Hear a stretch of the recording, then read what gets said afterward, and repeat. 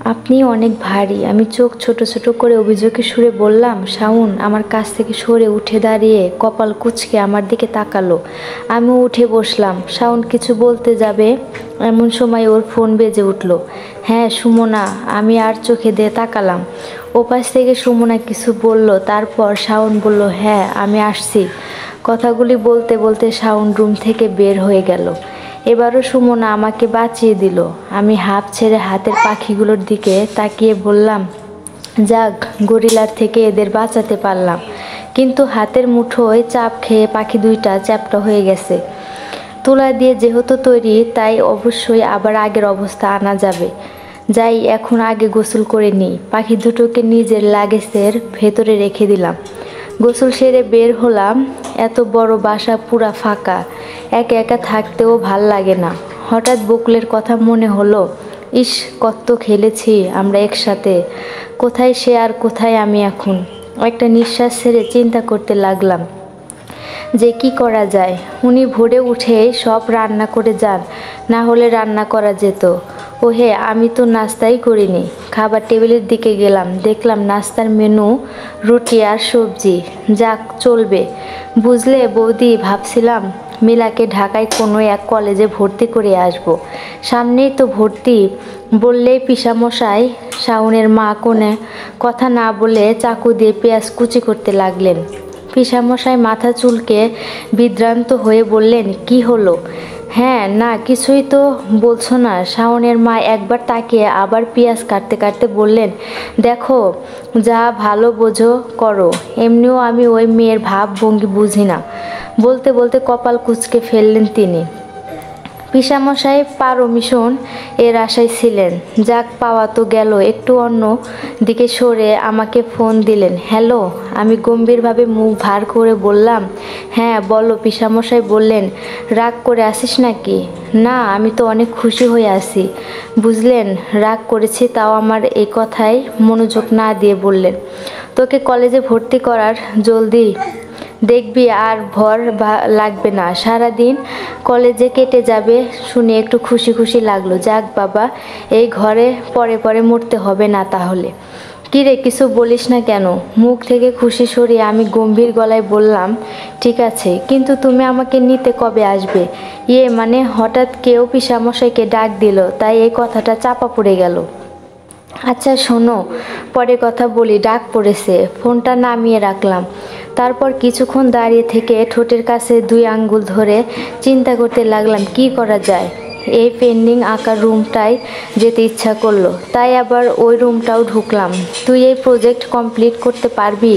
না হলে আমাকে দিয়ে দে। সুমনা বলল। শাওনের বা হাতে একটা ফাইল আর ডান হাতে কফির মগ নিয়ে অফিসের কাছের জানালার সামনে দাঁড়িয়ে ফাইলের দিকে তাকিয়েছিল। সুমনা কথা শুনে স্বাভাবিকভাবে তাকিয়ে বলল, তোর কেন মনে হলো আমি পারবো না? সুমনা 2 হাত টেবিলে রেখে তার উপর মুখটা রেখে বসেছিল। পারবি না এমন না, জাস্ট বিজনেসের জায়গায় আর পার্সোনাল প্রলোভের আলাদা বিষয়। সিরিয়াসলি কথাগুলো বলতে বলতে কফির মুগে চুমুক দিল শাওন।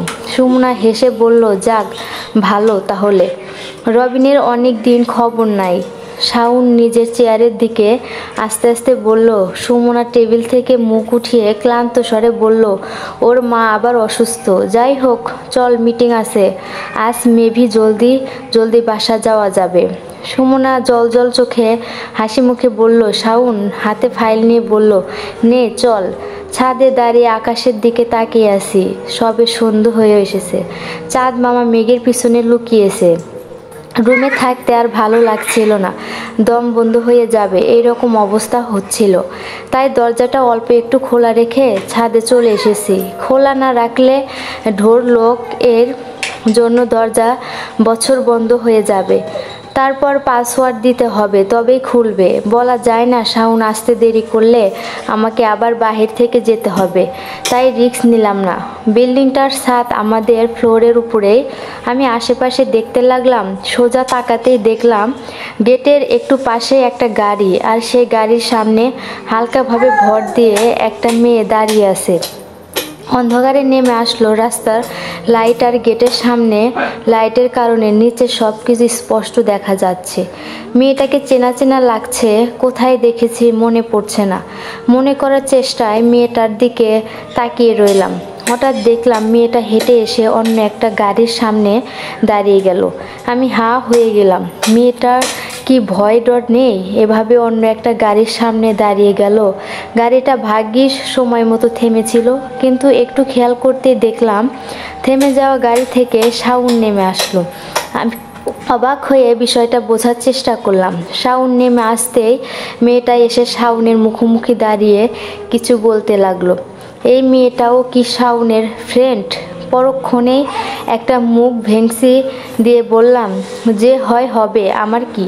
কথা তো হচ্ছেই, কিন্তু আমি শুনতে পাচ্ছি না, পাওয়ার কথাও না, তাই শুধু দেখে যেতে লাগলাম।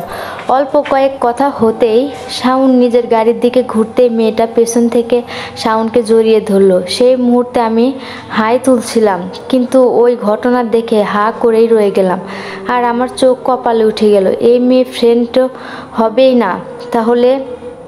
আরও অবাক হয়ে চিন্তা করলাম, তার মানে এখন কি দাঁড়াল বিষয়টা?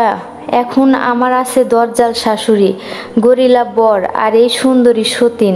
বাহ মিলা, বাহ, তোর মতো কপাল কি সবার হয়? বাহ বাহ বাহ। হ্যাঁ করা অবস্থাতেই ছাদ থেকে নামতে লাগলাম। শাওন রেগে দাঁতে দাঁত চেপে বলল, আমি ভুল করেছি, কিন্তু সেই ভুলের কারণে তুমি এত বড় একটা সিদ্ধান্ত কিভাবে নিলে? সুইটি কাঁদতে কাঁদতে বলল। শাওন দুই হাত মুঠ করে প্রচণ্ড রেগে কঠোর গলায় বলল, সুইটি তাও ধরেই রইল আর কাঁদতে লাগলো। এজন্য এক হেসকা টানে হাত ছাড়িয়ে দিল শাওন। ভুল তো আমারও ছিল, আমি তোমাকে চিনতেই ভুল করেছি। সুবিধাবাদী মেয়ে তুমি, রাগে দাঁতে দাঁত চেপে বলল শাওন। সুইটি ঝলঝল করা অবাক চোখে শাওনের দিকে তাকালো বলেই শাওন গাড়িতে উঠে সুইটির দিকে না তাকিয়ে দুইবার হর্ন বাজালো, কারণ সুইটি গাড়ির সামনে দাঁড়িয়ে ছিল। সুইটি চোখের জল মুছে সরে দাঁড়ালো। শাওন গাড়ি নিয়ে গেট দিয়ে ঢুকে পড়ল। আমি সোফায় দু পা তুলে আসর করে বসে চিন্তা করতে লাগলাম, এই মেয়েটা এর মতো গরিলা ছেলেকে ভালোবাসে কিভাবে? রাক্ষস একটা। শাওন দরজা খুলে ঢুকলো। আমি ঘাড় ঘুরিয়ে তাকালাম। ওনাকে দেখে সাথে সাথে মুখ ঘুরিয়ে পা নামিয়ে বসলাম আর চোখে ওর দিকে তাকালাম। দেখলাম গোমরা মুখ করে নিজের জুতা খুলে দরজার পাশে রাখছে।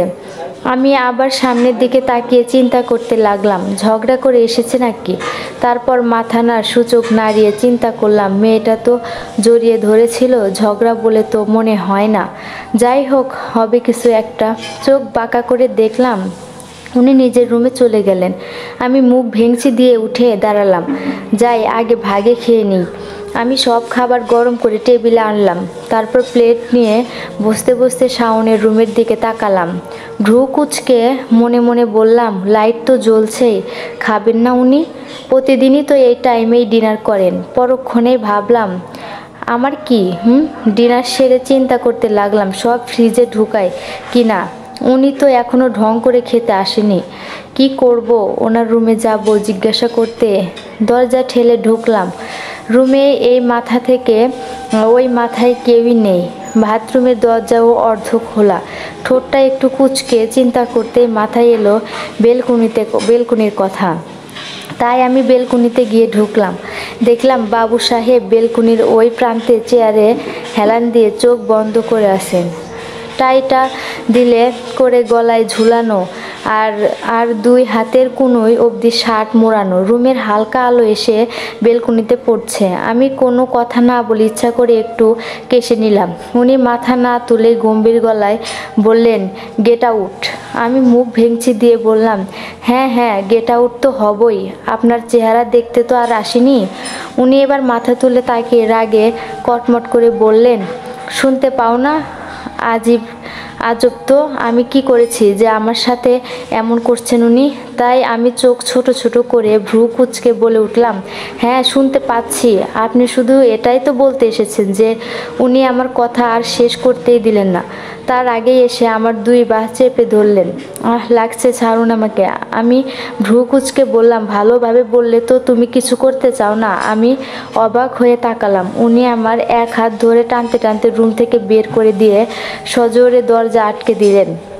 আমার হাত দুটো ব্যথা করেছে, ইচ্ছা করছে দরজায় লাথি মারি। আসলে দরজায় না, ওনার মাথায় মারতে পারলে ভালো লাগতো। আমি রাগে কটমট করতে করতে সোফায় গিয়ে বসলাম। সোফাটা অত বড় না যে পা টান টান করে ঘুমানো যাবে। শাওনের রুমের সোফাটা আরও একটু বড়, যদিও এই বাড়ি আসার পর থেকে আমার ঘুম গেছে। আগে ঘুমাইতাম খাটে, তারপর সোফাতে, কয়দিন পর কিনা মেঝেতে ঘুমাতে লাগে, তারপর কিনা ঘরের বাহিরে। মুখ দিয়ে একটা শ্বাস বের করে দিলাম। লাগেজে থাকা পাখি 2টি নিয়ে আসতে ইচ্ছা করছে, কিন্তু তার পারা যাবে না, অসহ্য। তাই আস্তে হেঁটে ওই কোণার রুমটায় আবারও গিয়ে ঢুকলাম।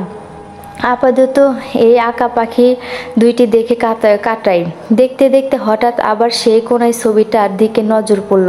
এগিয়ে গিয়ে হাতে নিলাম ছবিটা এক হাত দিয়ে একটু পরিষ্কার করে নিলাম।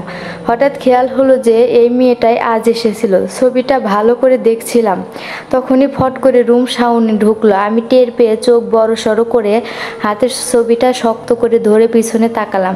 শাওনের মুখের রাগে ভাবই বলে দিচ্ছে আমার এখানে ঢোকাই উচিত হয়নি। এই রে, এখন শাওন খেতে এসেছে মনে হয়। তখনই সন্দেহ বসে এই রুমে এসেছে। আসবে না বা কেন? আমি তো বোকার মতো দরজাটা অল্প খুলে রেখেছিলাম, তাই হয়তো আরও জলদি বুঝে গেছে।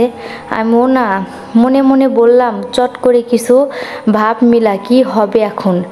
আমার মুখে তো স্পষ্ট ভয় ফুটে উঠেছে, রীতিমতো ঘামছিও। মুখের ওপর জোর করে হাসি টেনে এনে আমি বোকার মতো ভয়ে ভয়ে হাসতে বললাম, এই রুমে শব্দ হচ্ছিল, আমি মনে করলাম বিড়াল কি না, কি ফালতু এক্সকিউজ দিলা, সেটা ওনার কনমোট চাহনিতে বুঝলাম।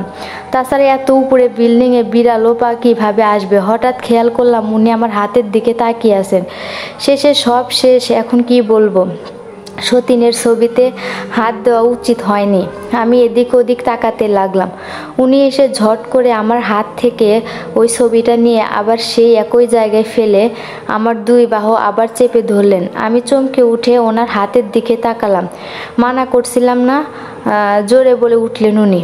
আমার হাত এত জোরে ধরার কারণে ছাড়ানোর চেষ্টা করেও বললাম, উফ, ছাড়ুন আমাকে। উনি হট করে এক বাহু ধরে টানতে টানতে আমাকে ডাইনিংয়ে সামনে এনে ধাক্কা দিয়ে সরিয়ে দিলেন। আমি ধাক্কার তাল সামলাতে না পেরে ডাইনিং টেবিলের সাথে ধাক্কা খেলাম, আর ডান হাতে দিয়ে পড়ল টেবিলের গোল টিনের গ্লাসের মতো বস্তুতে। সাজিয়ে রাখা ঝুড়ির উপরে সাথে সাথে ডান হাত কেটে রক্ত বের হয়ে গেল। সেই গোল টিনের গ্লাসটা সহ এর ভেতরে ছুরি কাটা চামচগুলো নিচে পড়ে গেল।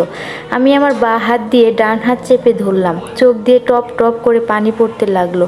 উনি আমার দিকে রাগে চোখে তাকিয়ে থেকে তারপর নিজের রুমে চলে গিয়ে সজোরে আবার দরজা লাগিয়ে দিলেন। টেবিলের খাবারগুলো ওভাবেই পড়ে আছে। আমি ব্যথায় ঠোঁট কামড়ে ধরে কিছুক্ষণ দাঁড়িয়ে রইলাম। তারপর কিচেনের কাছে গিয়ে ডাব ছেড়ে হাতটা ট্যাপের নিচে ধরলাম। চোখ থেকে এখন আর পানি পড়ছে না। অনেক সময় ওইভাবে হাত ট্যাপের নিচে রেখে ট্যাপের দিকে তাকিয়ে রইলাম। কিছুক্ষণ পর হাতের রক্ত পড়া বন্ধ হয়ে গেল। যাক, ভিটামিনকে বাটা তার কাজটা করছে তাহলে।